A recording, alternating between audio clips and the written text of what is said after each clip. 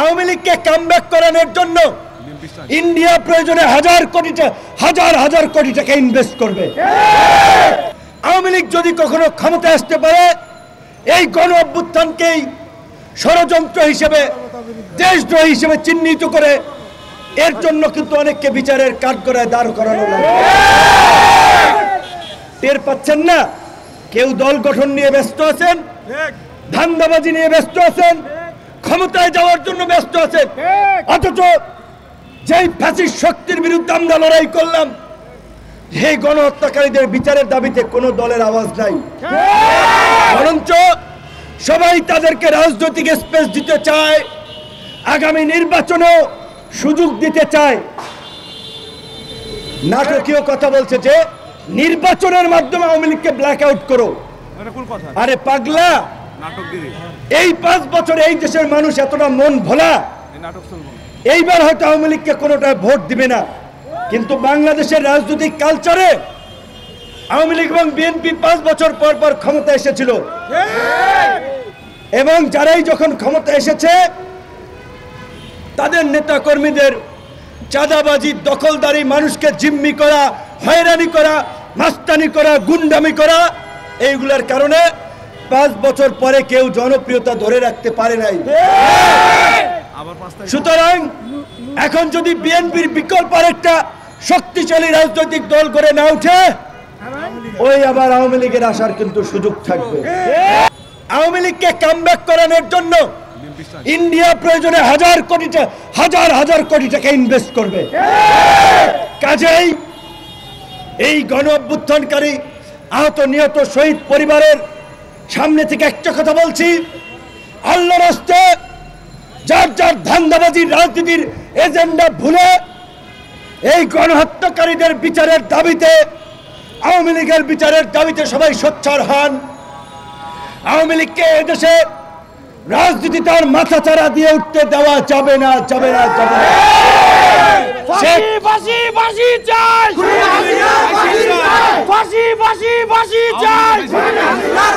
পরিষ্কার, এই গণহত্যার জন্য শেখ হাসিনা, ওবায়দুল কাদের, ছাত্রলীগ, যুবলীগের সভাপতি, সেক্রেটারি সহ শীর্ষ নেতাদের সর্বোচ্চ শাস্তি, ফাঁসি নিশ্চিত করতে হবে।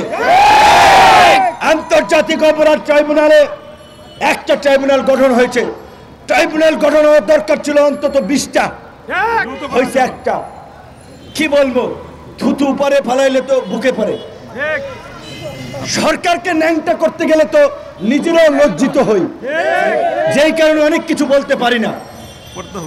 বারবার বলছিলাম এইটাকে জাতীয় সরকার করেন, আন্দোলনকারী অংশীজনদেরকে নিয়ে 2 বছরের জন্য সিল মাইরা দেন, কোন সভা সমাবেশ মিছিল মিটিং হবে না, রাষ্ট্র পুনর্গঠনে জাতীয় সরকার হবে। আপনারা করলেন না। এখন ওই শেখ সাহেবের মতো আফসোস করে বলতে হয়, ভুট্টু সাহেব আমার কথা রাখলেন না, তো ইউনূস সাহেবের কানে আমাদের কথা পৌঁছালো না, এই সরকারের উপদেষ্টাদের কাছে আমাদের কথা পৌঁছালো না।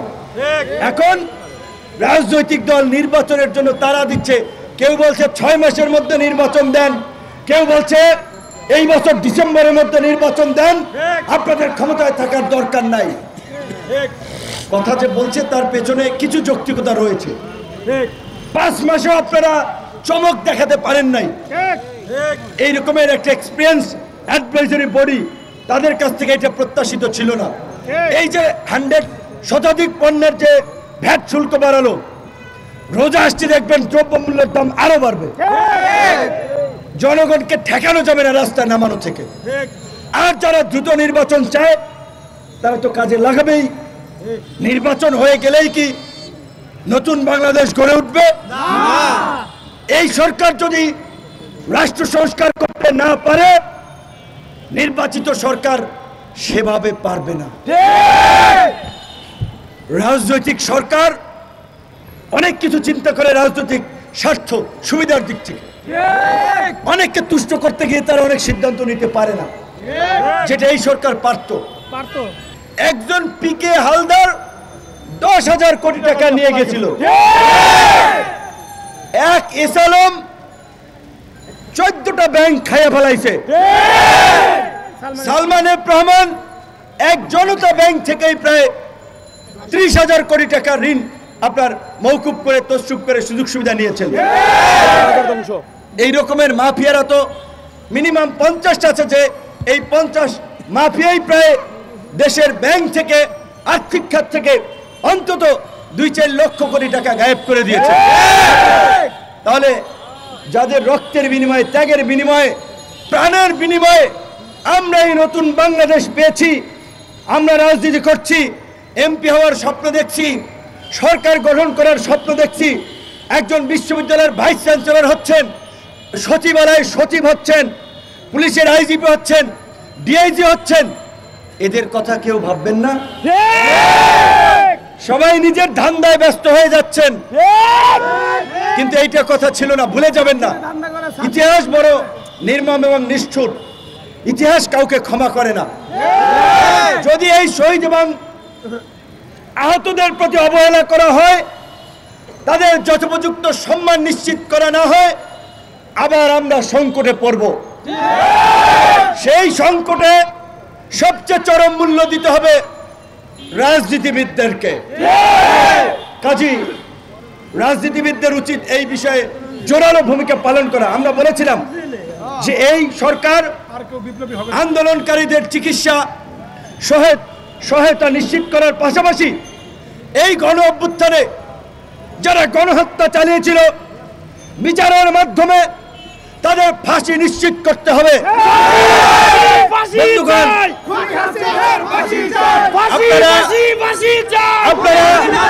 আপনারা এইখানে যেটা বলেছেন, পরবর্তী কোন সরকার যেন রাজনৈতিক ভাবে এই মামলাকে তাদের হাতিয়ার হিসেবে ব্যবহার করতে না পারে।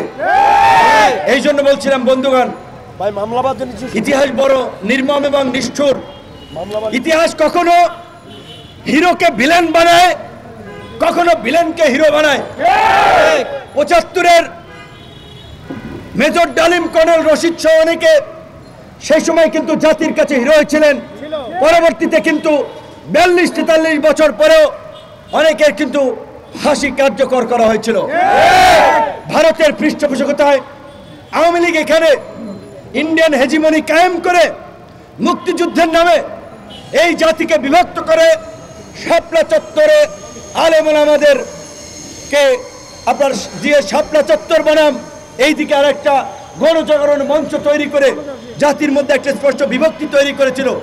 আজকে এই যে গণ অভ্যুত্থান, সমগ্র জাতি বিশ্ববাসী জানে গণ অভ্যুত্থান, আমরা জানি গণ অভ্যুত্থান, কিন্তু আমি পরিষ্কারভাবে বললাম, আওয়ামী লীগকে কামব্যাক করানোর জন্য ইন্ডিয়া প্রয়োজনে হাজার কোটি টাকা ইনভেস্ট করবে। সরকারের প্রতি আমাদের অনুরোধ থাকবে, রাজনৈতিক দলগুলোর সাথে আলাপ আলোচনা করে দূরত্ব কমিয়ে আনুন, রাষ্ট্র সংস্কার ঐক্যমত করুন। প্রয়োজনে এখনো সময় আছে, জাতীয় সরকার করে রাষ্ট্র সংস্কার করে জন আকাঙ্ক্ষার বাংলাদেশ বিনির্মাণে এগিয়ে চলুন। আমরা সহযোগিতা করব আপনাদের। তার আগে কথা টাইমলাইন 15 তারিখ, 15 দিনের মধ্যে আহত এবং নিহতদের বিষয়ে যথাযথ পদক্ষেপ না এলে তাহলে কিন্তু আমরা আন্দোলনে নামতে বাধ্য হব। এবং আহত ভাইদেরকে বলবো, ওই যে চক্ষু হাসপাতালে শ্বশুর বাড়ি মামার বাড়ি বানাইয়া হাসপাতাল থেকে আন্দোলনে আসে, আবার সেইখান থেকে আবার মানুষের উপরে আক্রমণ করে, এই দুর্বৃত্তদের বিরুদ্ধে আপনাদের পরিষ্কার অবস্থান থাকতে হবে।